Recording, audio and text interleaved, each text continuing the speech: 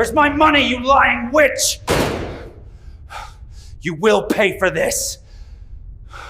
I'm Marcus, 42, built 3 successful auto shops from scratch. Grew up dirt poor, but my hands and brain got me out. Been married to Linda for 15 years, or so I thought. She was everything to me, my partner through thick and thin, or at least that's what I believed. Last October, Linda said she was visiting her sister Emma for their usual wine night. Nothing weird about that. They did it monthly. She looked extra nice for a casual sister hangout, but I didn't think much of it. 3 hours later, I'm following a cop car on Route 92, watching my world crumble. Linda got pulled over for speeding, which never happens. She drives like my grandmother. Officer Jake Thompson ran her license, and I watched his face change from bored to serious to what looked like pity when he glanced at me. He walked over and said quietly, "Sir, don't go home tonight. Get somewhere safe." My blood went cold. "What? Why?"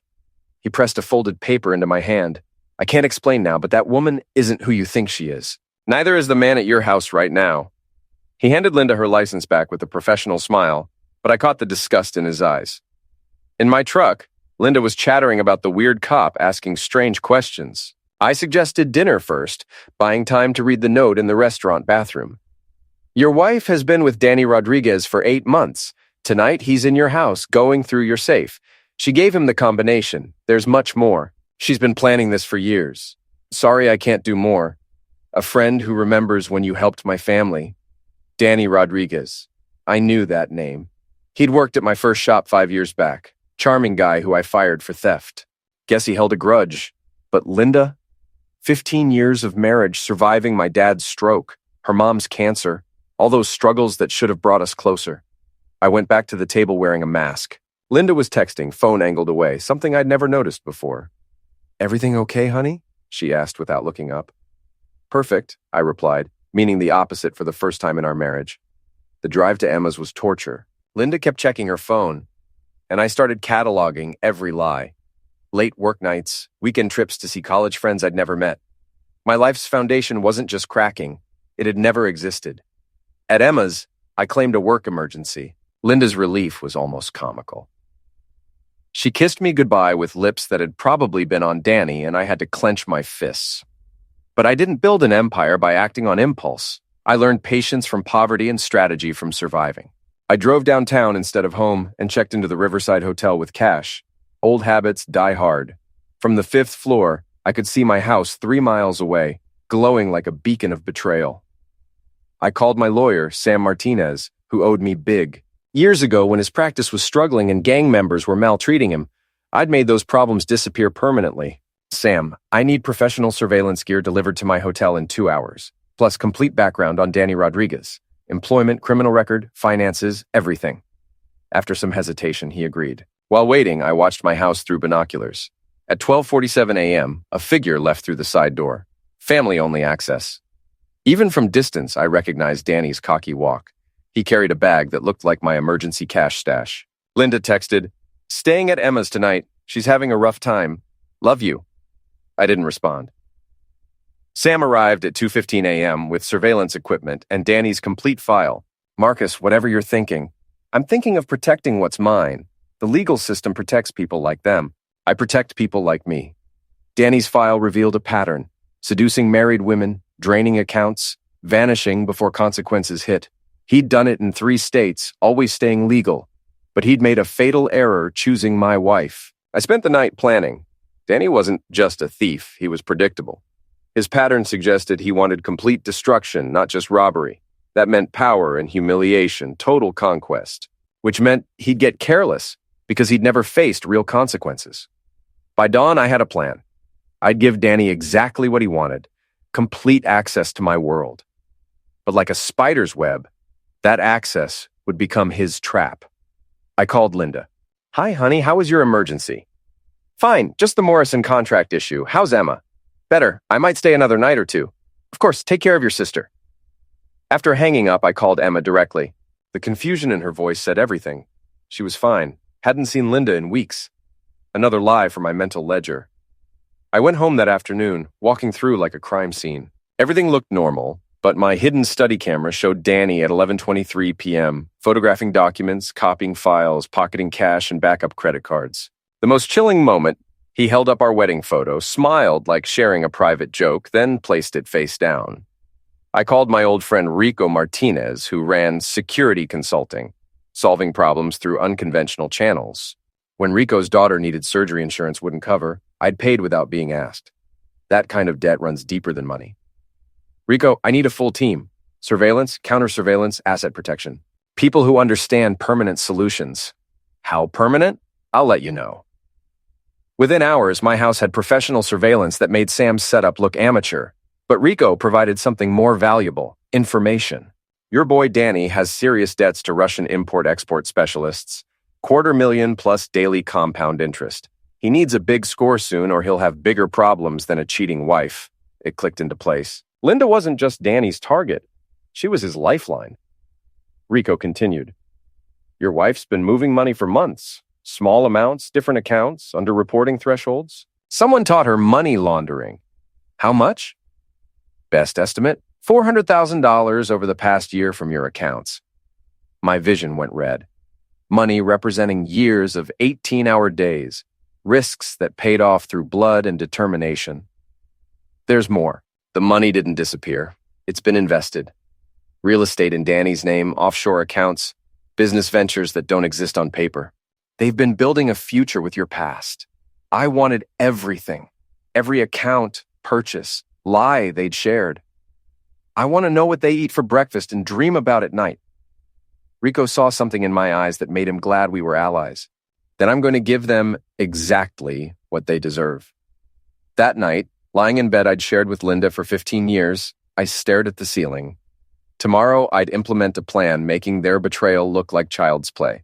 They thought they were stealing my life, but they were about to discover some men can't be stolen from, only awakened. Linda texted, "Miss you. Home tomorrow night. Can't wait to see you." I typed back, "Can't wait either. We need to talk about our future." For once, I was telling the truth. I woke before dawn like a man preparing for war. Coffee, shower, home gym workout, then reviewing surveillance footage.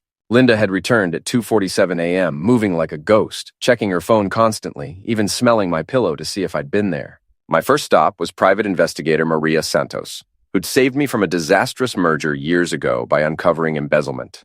I need complete financial profiles on these two, I said, sliding photos across her desk. Every account, transaction, asset, legal and illegal. She studied the photos. Your wife? My soon-to-be ex-wife. This won't be cheap. I opened a briefcase with $50,000 cash. How much time do you need? 72 hours? You have 48? Next, my accountant, Paul Chen, who managed all three shops.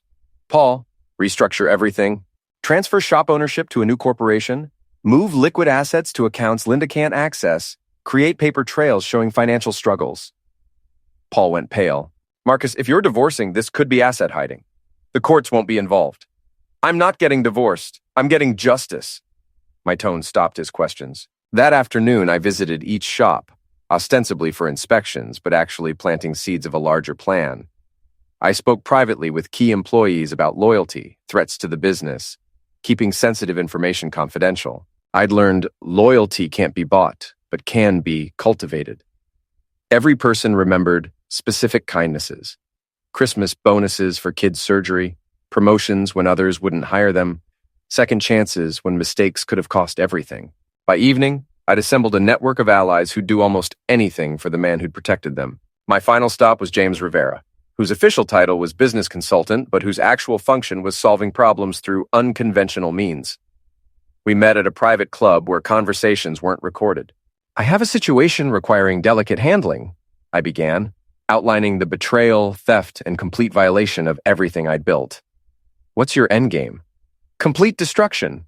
I want them to lose everything they've stolen and everything they think they own. I want them to understand what it feels like to have their life revealed as a lie. And if they fight back, my smile was cold. They're welcome to try. This isn't just about money. No, it's about respect, consequences. Teaching two people there are men who can't be stolen from, only awakened. I can have resources in place within a week. You have 3 days. I drove home to find Linda cooking dinner, humming softly, playing devoted wife with expertise that would be admirable if it weren't completely false. She kissed me when I entered. and I suppressed the urge to grab her throat and demand truth. "How was work?" she asked, with bright, false concern. "Interesting. I've been thinking about expanding, maybe opening a fourth shop." Linda's fork paused. "That sounds expensive." "I've been looking at a place across town. Perfect location, significant investment required. I'd need to liquidate assets." I watched her face carefully. "Maybe we should discuss major financial decisions together," she said carefully. "Of course. We're partners in everything." That night, as Linda slept beside me, I planned the systematic destruction of two people who'd mistaken Marcus Chen for just another Mark. 3 days later, Maria called at 6:47 a.m. "Marcus, you need to see this. Can you be here in an hour?" Her desk was covered with financial documents, painting systematic betrayal deeper than I'd imagined. "Your wife is smart, but Danny Rodriguez is smarter and greedier. Linda's been moving your money for 14 months, but Danny's been skimming from her too. She thinks they have $400,000 together. He actually has closer to $600,000, with $300,000 hidden from her. He's planning to disappear. More than that." She produced a lease agreement. Danny signed a 2-year lease on a Costa Rica house in Linda's name using her social security number and forged signature. If things go south, she's liable for 24 months' rent on a place she's never seen. The pieces clicked. Danny wasn't just stealing from me, he was setting Linda up for the fall. When disappearing time came, Linda would face fraud charges while he lived comfortably on money stolen from both of us. There's more. Danny's been recording everything: calls, meetings, intimate encounters. He has enough evidence to destroy Linda's reputation and implicate her while painting himself as a manipulated sufferer. I felt admiration for Danny's thoroughness, if it weren't directed at destroying my life. But he'd assumed Marcus Chen was just another Mark. That afternoon, I implemented the next phase. I called Linda, asking to meet for lunch at our first date restaurant. She arrived beautiful and nervous, constantly checking her phone. "I've been thinking about our future," I began, "about what we want from life." "What do you mean?" I pulled out a folder. "I think it's time for big changes." Linda went pale, opening the folder to find a Costa Rica property listing with photographs and purchase agreement. "Wait, what is this?" "Our new life. I've been looking into early retirement, moving somewhere we can really be ourselves. I found this place through a business associate, Danny Rodriguez." "You remember Danny, don't you?" Linda's hand trembled, turning pages. "I don't understand." "Danny's been helping me research expatriate living, taxes, property laws, best ways to transfer assets internationally without triggering oversight." I was describing exactly what she and Danny had been doing with my money, but like it was my idea. Danny suggested we liquidate domestic assets and reinvest offshore. He estimates we could transfer everything within a month, moving quickly. Linda's phone buzzed. She glanced at it and went from pale to gray. Whatever Danny had texted wasn't good news. "I need to go. I'm not feeling well." "Of course. Take the folder. Look it over. We'll discuss tonight." Linda now had to choose. Warn Danny that I somehow knew about their plan, risking exposure, or stay quiet hoping my Costa Rica interest was coincidental. Either choice led to the same result. Danny would realize the situation was too dangerous and begin his exit strategy, meaning he'd start cutting Linda loose. My phone buzzed with a text from Rico. Package delivered. Phase 3 was ready. That evening, Linda was pacing the kitchen, Costa Rica folder open, phone pressed to her ear. She hung up when she saw me. "Everything okay?" "Fine, just work stuff." Her smile was strained. I looked over those documents. Interesting idea, but maybe we should think about it more. Actually, I was hoping we could speed things up. Danny thinks regulatory changes might make transfers more difficult. I watched micro-expressions cross her face. Fear, confusion, calculation, desperation. Maybe we should meet with Danny together so he can explain details to both of us. Great idea. How about tomorrow night? After Linda went to bed, I called Rico. "Tomorrow night, Danny Rodriguez will realize he's been outplayed. I need you to ensure he has no running options." The meeting was set for 7 p.m. at Morton's Steakhouse, neutral territory. I arrived early, selecting a corner booth with clear sightlines. Old habits from youth where sitting with your back to doors could be fatal.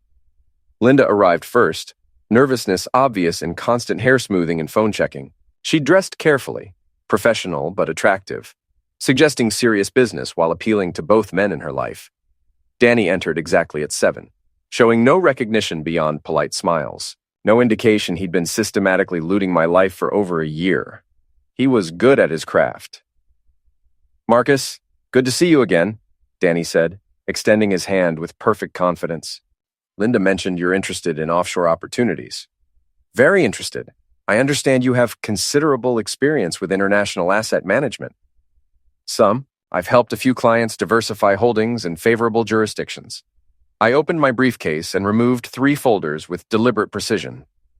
The first contains financial records from my businesses over 18 months. Revenue, expenses, asset transfers.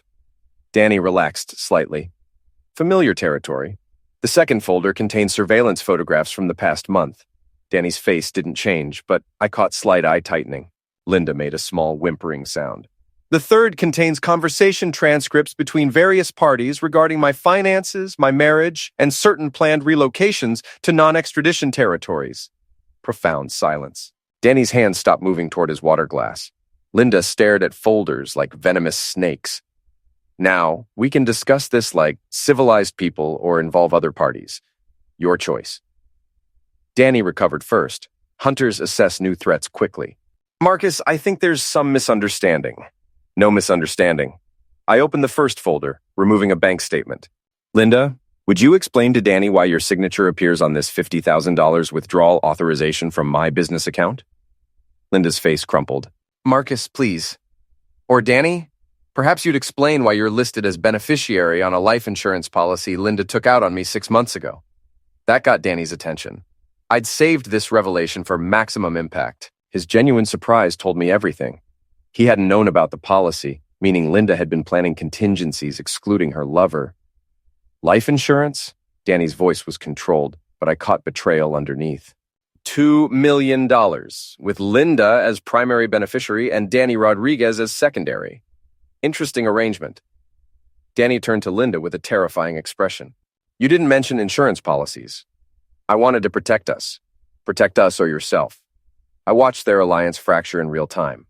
This was why I'd included the insurance information. Even though discovering it was the most chilling investigation moment, Linda hadn't just been stealing from me. She'd been considering whether my passing might be more profitable than betrayal. There's more, I continued, opening the second folder. Danny, are you familiar with Arturo Vega? Danny's face went white. How do you... Arturo's been a business associate for years. Imagine my surprise when he mentioned someone approached him about arranging an accident for a prominent local businessman. This was a lie, but I delivered it with casual confidence that made both believe it completely. Psychological warfare art is making enemies destroy themselves with guilt and paranoia. Marcus, Linda whispered, we never what? Never planned to eliminate me or never planned to get caught? Danny stood abruptly. This conversation is over. Sit down, I said quietly. Something in my voice made Danny freeze. You haven't heard the best part yet. I opened the third folder, removing a photograph of Danny entering a hotel room, followed by another of him leaving 3 hours later with a briefcase. That's the Riverside Hotel, room 237, last Tuesday. The briefcase contains approximately $150,000 cash Linda doesn't know about. Linda turned to Danny with dawning horror. What is he talking about? Or we could discuss the Costa Rica house Danny leased in your name, Linda. The one you'll be liable for even after he disappears with money you've both stolen from me. The trap was fully sprung. Danny realized he'd been outmaneuvered. Linda realized she'd been betrayed by both men, and I sat back watching them tear each other apart. You fool, Linda hissed at Danny. You were planning to leave me with everything. And you were planning to homicide your husband, Danny shot back. Don't pretend innocence. I smiled. Actually, you'll both have bigger problems than each other soon. I showed them my phone screen displaying a text. Package secured, awaiting instructions. Rico Martinez has been monitoring this conversation and both your residences, financial accounts, and communications. In 10 minutes, federal agents will raid Danny's apartment and Linda's office. Another lie, but panic prevents logical thinking. What they'll find is evidence of systematic fraud, identity theft, and conspiracy to commit homicide. They'll also find evidence Linda's been embezzling from her company to fund this operation. Linda went ashen. Financial irregularities at her accounting firm would end her career even without criminal charges. Here's what's happening. Danny, you'll transfer every stolen penny back to my accounts. All of it, including money hidden from Linda. And if I refuse? My smile was cold. Then you'll discover what happens when you steal from someone who grew up where thieves didn't live long enough to repeat mistakes. Danny's bravado cracked. You're threatening me. I'm promising you. I turned to Linda. And you'll sign divorce papers leaving you with exactly what you brought to this marriage 15 years ago. Nothing. Marcus, please. You had 15 years, to be honest. Instead, you chose to be a thief and hooker. I stood, placing $500 on the table. This covers dinner. You have 24 hours to comply. After that, others handle the situation and they won't be as generous. I walked away, leaving Linda and Danny to face their betrayal wreckage. Behind me, I heard them arguing, accusations flying, two hunters turning on each other when prey proved too dangerous. The real revenge was just beginning. Over the following weeks, Danny's desperation escalated as Rico's people maintained the fiction of federal investigation. His assets remained frozen, his passport flagged, and his Russian creditors grew impatient. Linda signed the divorce papers without reading them, her hands shaking with exhaustion and fear. When she asked what happened now, I told her, "Now you learn to live with your choices' consequences. Will you press charges?" I studied my ex-wife's face, seeing for the first time who she really was beneath her 15-year mask. Weak, selfish, willing to destroy anyone for what she wanted, but ultimately small. No, you're not worth the effort. Her pathetic relief showed she thought she was getting away with it. She had no idea what was coming. 2 days later, Danny Rodriguez disappeared. His apartment was abandoned, car found at the airport, conflicting reports about whether he'd boarded a flight to Mexico or vanished entirely. Police investigation was perfunctory. People like Danny disappeared all the time. I felt no guilt about Danny's fate. Men who make careers destroying others' lives rarely enjoy retirement. I had simply accelerated the inevitable. 3 days after Danny's disappearance made local news, Linda relocated to Phoenix, working as a bookkeeper for a small firm. Low profile, no contact with anyone from her past, exactly where I wanted her. 6 months later, I stood in my fourth auto shop office, watching the morning crew prepare for another day. Business had expanded faster than projected, fueled by insurance money from Danny's theft and liquidated divorce assets. I hired locally, paid well, asked no questions about backgrounds as long as people worked hard. Officer Jake Thompson's daughter needed experimental leukemia treatment insurance wouldn't cover. I handled it anonymously through medical charities. $200,000 was nothing compared to what his warning had saved me. Detective Angela Rodriguez visited once, investigating Danny's disappearance. I played the helpful businessman whose employee had stolen from him and seduced his wife. Told her Danny was a professional con artist with enemies in several states who owed dangerous people money, the kind who don't call police for debt collection. She thanked me and left, finding nothing useful because there was nothing to find. Looking back, I realized Linda and Danny taught me something valuable about trust. The only person I can truly rely on is myself. And sometimes that's enough. I'm 43 now, financially secure, completely free of people who might betray me. I've learned to trust carefully and punish thoroughly, lessons that will serve me well in whatever comes next. In a world full of hunters, the only way to survive is being the apex hunter, and I'm very good at surviving. During this whole ordeal, I learned things about myself I never expected. Growing up poor teaches you certain skills, how to read people, how to survive when everyone's looking out for themselves, how to make hard decisions when soft ones will get you eliminated. I thought I'd left that world behind when I built my business empire, but turns out those instincts never really go away. They just lie dormant until someone threatens everything you've worked for. The hardest part wasn't the betrayal itself. It was realizing how blind I'd been. 15 years of marriage and I'd never seen the real Linda. She was a stranger wearing my wife's face, playing a role so perfectly that even now I question which moments were real and which were performance. The woman who held my hand during my father's funeral, who celebrated with me when we bought our first house, who said she loved me every single day. Was any of it genuine? Or was it all just a long con? I think about the insurance policy a lot. $2 million. That's what my life was worth to her. Not emotionally, but financially. She'd calculated the exact dollar amount where my passing became more valuable than my continued existence. There's something chilling about that level of cold calculation from someone who shared your bed for over a decade. The business recovered faster than I expected. Turns out, when you remove parasites, healthy tissue grows back stronger. My employees were incredibly loyal once they understood what had happened. Several of them had suspected something was off about Linda's frequent visits to the shops, her questions about cash flow and business accounts. They'd kept quiet out of respect for me, but their silence had cost me dearly. I've made changes to prevent this from happening again. New security systems, compartmentalized financial access, background checks on anyone who gets close to my personal life. It sounds paranoid, but paranoia is just pattern recognition applied to human behavior. Lightning can strike twice if you keep standing in the same spot during thunderstorms. Sometimes I wonder what would have happened if Officer Thompson hadn't warned me that night. Would I have come home to find Danny cleaning out my safe? Would I have discovered their affair through some other means? Or would they have successfully drained my accounts and disappeared to Costa Rica, leaving me broke and broken?